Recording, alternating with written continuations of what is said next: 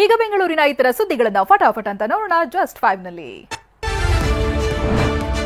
ದಿನೇ ದಿನೇ ಡೆಂಗಿ ಸೋಂಕಿನ ಅಬ್ಬರ ಹೆಚ್ಚಾಗ್ತಿದ್ದು ರಾಜ್ಯದಲ್ಲಿ 26,220 ಕೇಸ್ ಪತ್ತೆಯಾಗಿವೆ.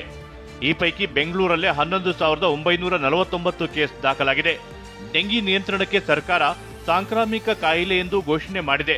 ಸ್ವಚ್ಛತೆ ನಿರ್ಲಕ್ಷಿಸುವವರ ವಿರುದ್ಧ ದಂಡ ಪ್ರಯೋಗಿಸಲು ಮುಂದಾಗಿದೆ. ಆದರೆ ದಂಡಾಸ್ತ್ರ ಪ್ರಯೋಗಿಸಲು ಸರ್ಕಾರ ಮುಂದಾಗಿದ್ರೂ ಕೇಸ್ ಪ್ರಮಾಣ ಮಾತ್ರ ತಗ್ಗದೇ ಇರುವುದು ಆರೋಗ್ಯ ಇಲಾಖೆಗೆ ಹೊಸ ತಲೆಬಿಸಿಯಾಗಿದೆ.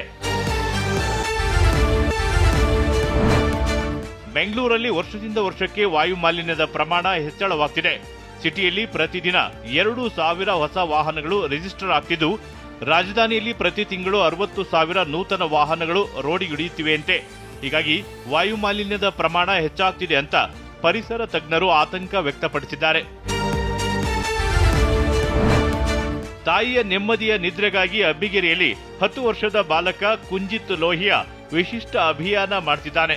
1.5 ವರ್ಷದಿಂದ ಡೋಂಟ್ ಹಾಂಕ್ ಅಭಿಯಾನ ಕೈಗೊಂಡಿದ್ದಾನೆ. ಪ್ರತಿದಿನ ಶಾಲೆಗೆ ಹೋಗುವಾಗ ಹಾಗೂ ಸಂಜೆ ಶಾಲೆ ಮುಗಿಸಿ ಬರುವಾಗ ಸುಖ ಸುಮ್ಮನೆ ಹಾರ್ನ್ ಮಾಡಬೇಡಿ ಅಂತ ನಿತ್ಯ 1 ಗಂಟೆ ಪೋಸ್ಟರ್ ಹಿಡಿದು ಅಭಿಯಾನ ಮಾಡ್ತಿದ್ದಾನೆ.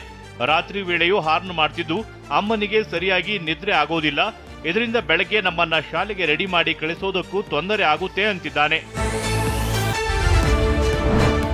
ಶಿವಾಜಿನಗರದ ಬೆಸಿಲಿಕಾ ಚರ್ಚ್ನಲ್ಲಿಂದು ಸಂತ ಮೇರಿ ಜಯಂತ್ಯೋತ್ಸವ ಅದ್ದೂರಿಯಿಂದ ನೆರವೇರಿತು. ಸಾವಿರಾರು ಜನರು ರಥೋತ್ಸವದಲ್ಲಿ ಭಾಗಿಯಾಗಿದ್ದರು.